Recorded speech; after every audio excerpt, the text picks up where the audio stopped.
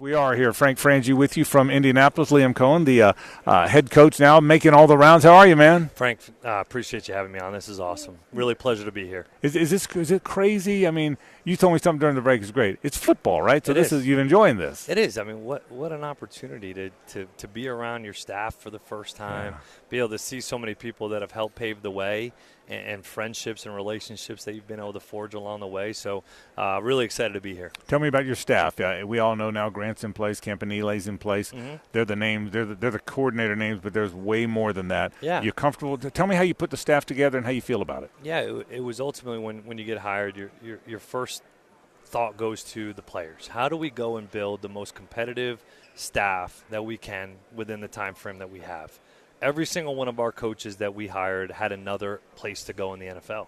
Every single one. So you don't just have a board of guys that you can just go and pick, right? You got to go compete to go get them. You got to go recruit.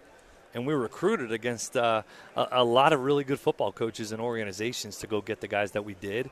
And it's a group of dynamic, hungry, tough, mentally and physically tough people that want to get this thing right, and they got a chip on their shoulder. There's a prove-it mentality here, and we all have it. I talked to James about it a minute ago, and I'll tell you the same thing I said to him. The alignment and collaboration are the big buzzwords now, right? That's because they're so important. That's right. I do get the sense. I just met James, and I've known Bo forever, and we've gotten to know you now. I sense that's in place. I know it's early, but it feels that way, doesn't it? It's very natural. Yeah. It is. It's a natural bridge that has been formed. And I've been able to watch James for a little while now, right? We were in the same organization in different arenas within that organization, but we both kind of ascended in different ways, right? And I went into a different path. He stayed there and continued to learn under Les and under Sean and with those guys. It's such a natural bridge of that communication and collaboration that we talk about, which is really exciting right now. People rave about him, man. Yeah. What makes James Gladstone so good? It's the elite communication skills. Like, he's so intelligent without making it known that he's one of the more intelligent guys in the room. Great call. That's a great read on him. You know, just he can communicate with a defensive line coach the same that he can go and communicate with the athletic trainer. I mean, he just has a great way about him, very unassuming. He's a coach's kid. He's a coach's son. He grew up in locker rooms. He grew up on sidelines. And, those are things that I value personally and will ultimately help us with this whole process. So since you've had the job, you've hired a bunch of staff, you've had to come here, there's a lot of stuff going on. What has it all been like? Can you catch your breath? Have you spent any time with your family? Have they moved? You got to move them. I mean, take me through the process to this point. Right. So after hiring James on Friday, with some of that deal that we did, Saturday was the first time I've been able to breathe. Yeah. And it was a great breath of fresh air in terms of, okay, we're here. Now we can truly move forward. And you're excited about that. It gave me a boost of energy, actually, because, it was a grind. Yeah. It was a grind to get this thing going. But the family will be here this week. Oh, good. The kids will come out Wednesday. My wife will come out Friday. She sold the house back in Tampa already. Good. And we'll do some house hunting over the course of the next week. And it's been phenomenal. Everybody's support, their passion for getting this thing right and doing it right in the process in which we want to do those things. I think that's what's exciting is everybody wants to see the process be clean. As long as the process is clean, the results will come. And now there's some normalcy in your life, which is good. Tell me about the Combine. What do you get out of the Combine? What is this week like for you guys? Obviously, you're having to deal with knuckleheads like us for a while, but what's this week mean for you, talking to players the whole bit? Yeah, we took our mode of operation from Jacksonville and took it to Indy, right? So our offensive, defensive, and special team staffs, they're meeting as if they would be in Jacksonville right now. Obviously, they have to pivot and be able to do some of the undrafted, free agency meetings, the draft meetings, and those interviews. In their meantime, they're meeting. They're in there. So we're getting in the weeds. We're doing what we would be doing if we were in Jacksonville.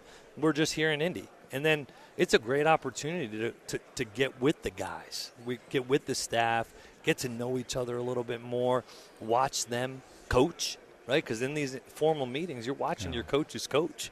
And so you're getting a great evaluation of these guys, and it gets you excited. So I think it's more about the collaboration with the group, right? Getting to know each other, feel each other out, and truly build those relationships. Liam, I asked you this the day you got the job, and you couldn't have known a whole lot other than what you see on TV, but now you've had the job.